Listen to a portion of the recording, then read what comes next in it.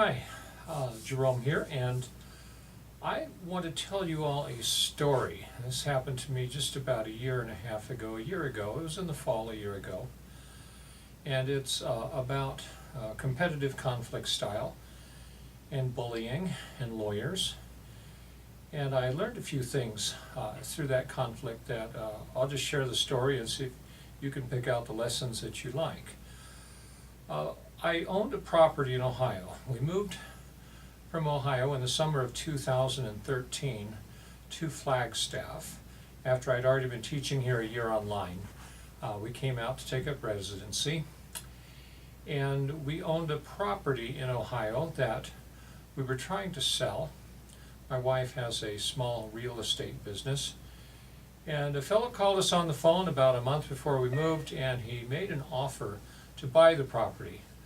And he wanted me to carry the note, it's called, which means I would sell him the property, we would write up a contract, he takes possession of the property, and he can then make profit on the property. It was rental real estate. And but I would keep the primary mortgage on it in my name. He would make me payments of a certain amount, and then I would pay my mortgage, and it was a 4-year contract. After 4 years, he would buy the property from me outright. And as it looked there, he would give me, I think, $29,000 down, and then I would keep making my payments. He would make payments to me, but he would run the property. It's out of my hair. He effectively owns it, and I would be playing the part of a middle-level bank. And as we got close, we moved out to Flagstaff here, and as the closing day, which was our September 30th of 2013, as it drew near, we got an email from the closing company that was going to handle the closing. We did use a realtor for this deal. It was a friend of ours that just helped us negotiate it, and I was going to give him a commission for that. And he told me this guy negotiates tough. As we got close to the closing, we received what's called the HUD statement, the Housing and Urban Development Statement, and it's just basically an accounting list of every cost associated with the closing. And they're kind of hard to read, and I always have to sit down and look at them, and don't quite sell and buy enough property to really get familiar with those, so I have to relearn them every time. Well, the longer I stared at that thing, the more I realized something is wrong. And then I found a problem I didn't like, and so I called him and we talked on the phone, and there was something he didn't like as well, and we renegotiated the deal kind of over the phone. And he was supposed to write up a new contract and send it to me, and we would sign it, and then we would close the deal and it would be all good. So he wrote up the contract, he sent it to me, and I'm looking through the contract then, and he put in a couple of clauses in there that we did not negotiate. He just kind of snuck them in, hoping we would sign it. I don't know what he was thinking, and we refused to sign it, and we contacted him, and he said that's what we agreed upon, and I have to sign that now because we agreed on it over the phone. And so that's when I called a lawyer, and the lawyer said no. Well, at that point I told him no deal, we don't have a deal. He says you have to, you agreed to it. And I said no deal, and I felt really good about that. I just felt like I was being pushed.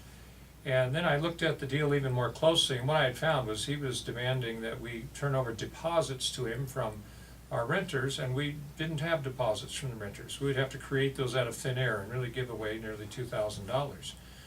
And then I found another clause that said I would pay the taxes 1 year in advance, and that was $2,500 more. And so all of a sudden, $4,500 out of pocket, and so we said no deal. He said you have to, you agreed to it. And I got the lawyer, and the lawyer said verbal agreements are not a contract. And so he has no deal, he has no contract, it was only verbal. And so we didn't even really get to the point of it wasn't what we agreed to. It didn't matter until I signed my name on the line, there's no contract. Well, I didn't know that about contract law.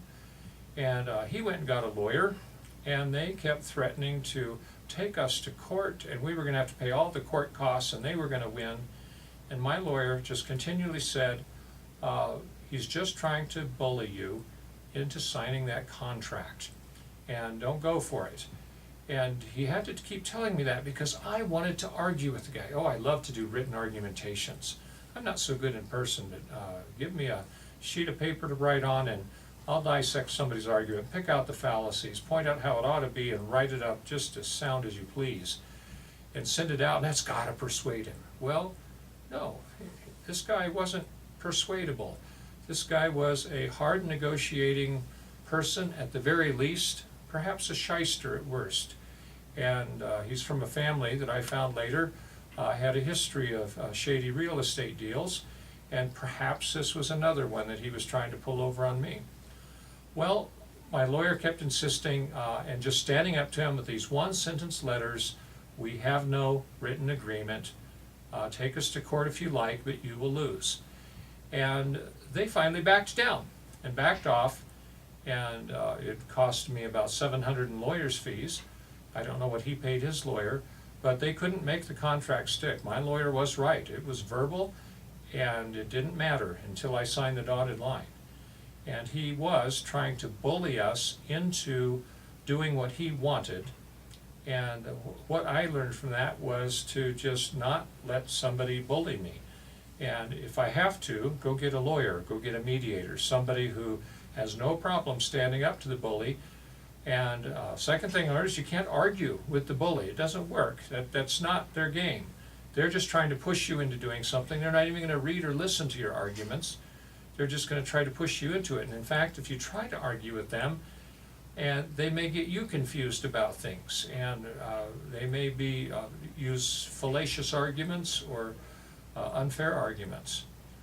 So I learned a few things there in that, and I got a lawyer when I needed to, and he cost me $750, but probably saved me quite a few $1,000s in my losses of being taken advantage of in that real estate deal.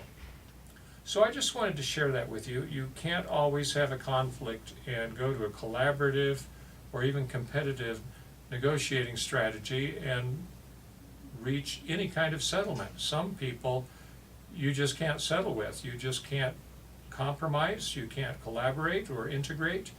And they're trying to bully you and get what they want, and they won't stop until they get it unless you just put your foot down and do not allow yourself to be bullied.